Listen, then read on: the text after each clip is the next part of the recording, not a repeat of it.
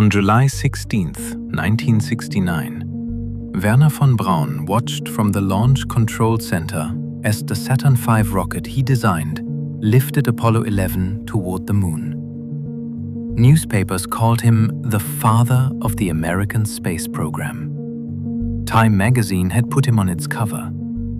He had received the National Medal of Science. What those newspapers didn't print, what the US government had worked for 2 decades to keep out of the public record, was that this same man had been a member of the Nazi SS.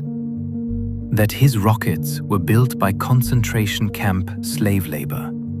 That prisoners had been worked to death in underground tunnels to manufacture the very weapons that made him famous. That more people died building his V-2 rockets than were killed by them. And that the United States government knew all of this when they hired him. This is Operation Paperclip, the classified program through which the US secretly recruited over 1,600 Nazi scientists, engineers, and doctors after World War II, gave them new identities, and put them to work. And it is, without question, one of the most successful cover-ups in American history. April 1945. Germany is collapsing.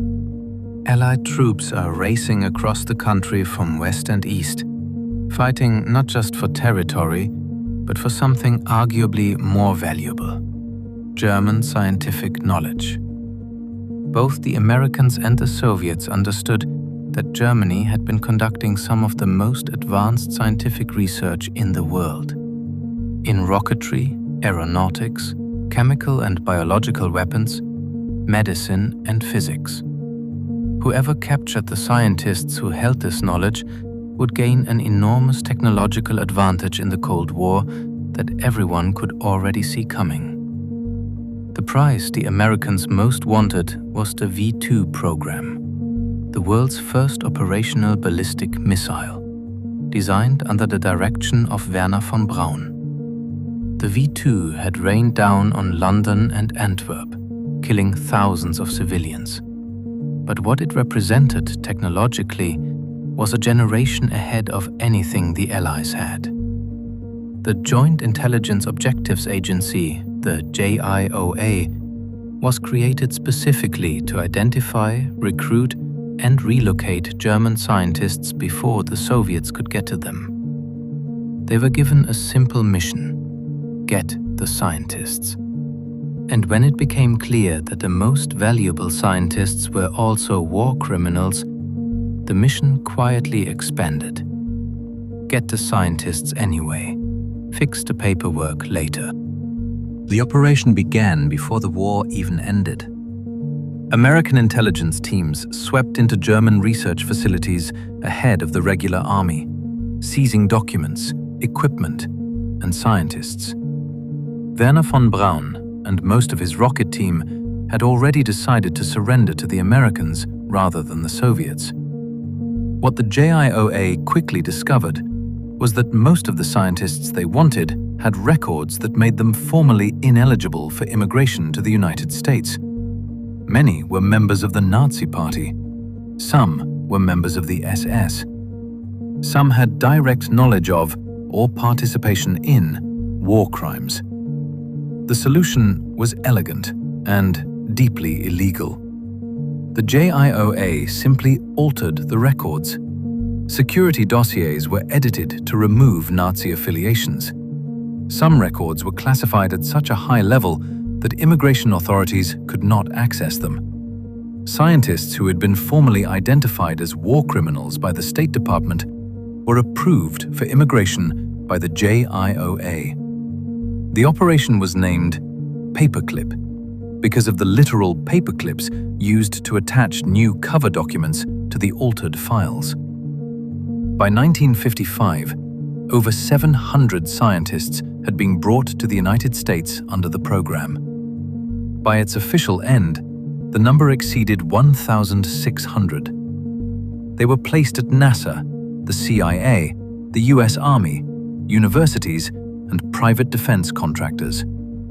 They were given security clearances. Some were given citizenship.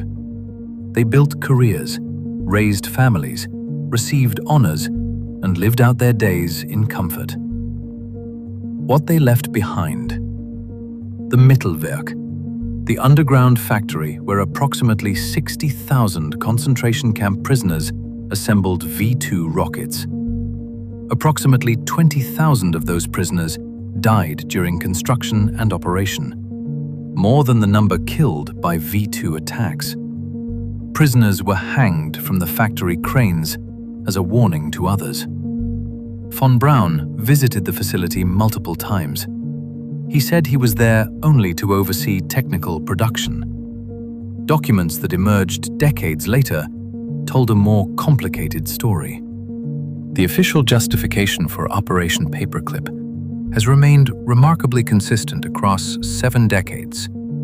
It was a military necessity. The Cold War was real. Soviet military capability was real and growing.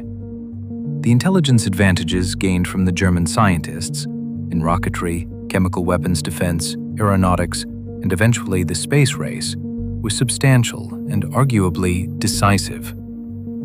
Without the knowledge brought by von Braun and his team, the argument goes, the Soviet Union might have reached the moon first. The ethical cost, the official position holds, was a regrettable but unavoidable consequence of the geopolitical reality of 1945. This position was buttressed by the fact that the Soviets ran an equivalent program, Operation Osvavyachim, in which they forcibly relocated German scientists to the Soviet Union. The moral argument became symmetrical. Both sides did it. What the official account cannot explain is why the cover-up was necessary. If the recruitment was a straightforward military necessity, why did the JIOA need to alter their records? Why did it take a 1998 law, the Nazi War Crimes Disclosure Act, to force the release of the full Operation Paperclip files?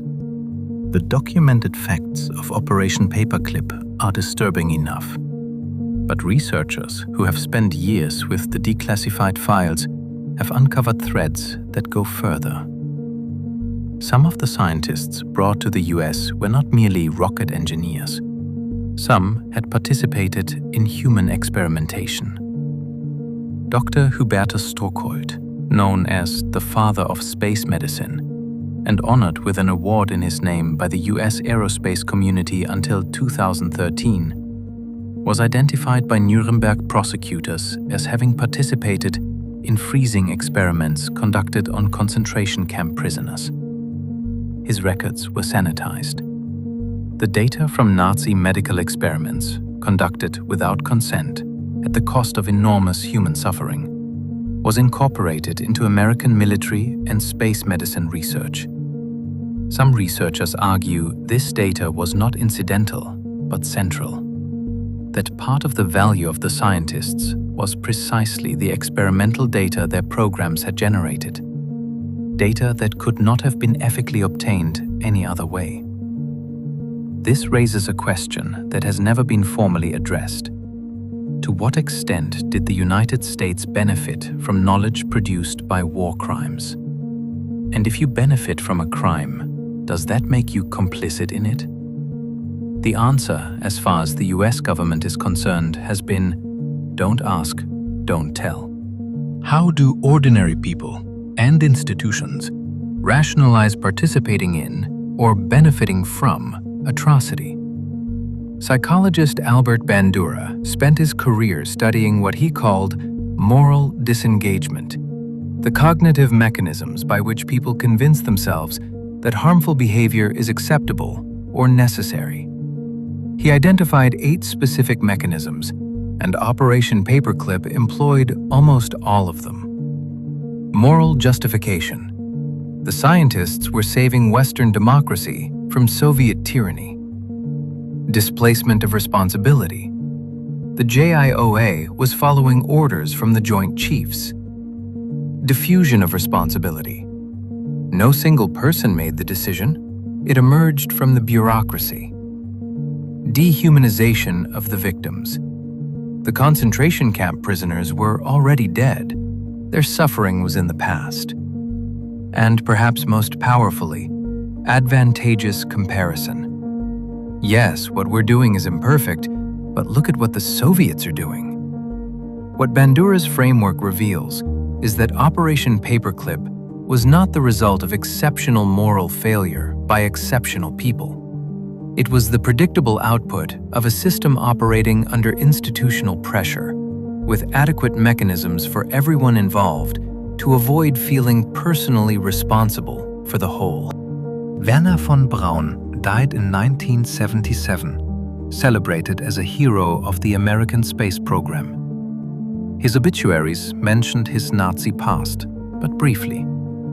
The consensus was that his contributions to science outweighed whatever compromises had been made to obtain his services. The 20,000 people who died in the tunnels of the Mittelwerk did not receive obituaries.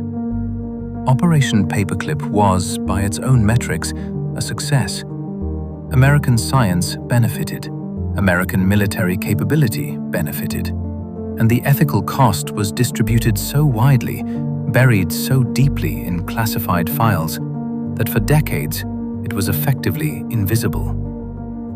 What troubles me is not that this happened in 1945. What troubles me is the template it created. The template that says, if the strategic benefit is large enough, the moral cost can be made invisible. That says, with enough paperwork, a war criminal can become a hero. That template has been used before. It will be used again. What do you think? Was Operation Paperclip a necessary evil, or just evil? Let me know in the comments, and subscribe to Redacted Files, because the most important history is the history they rewrote.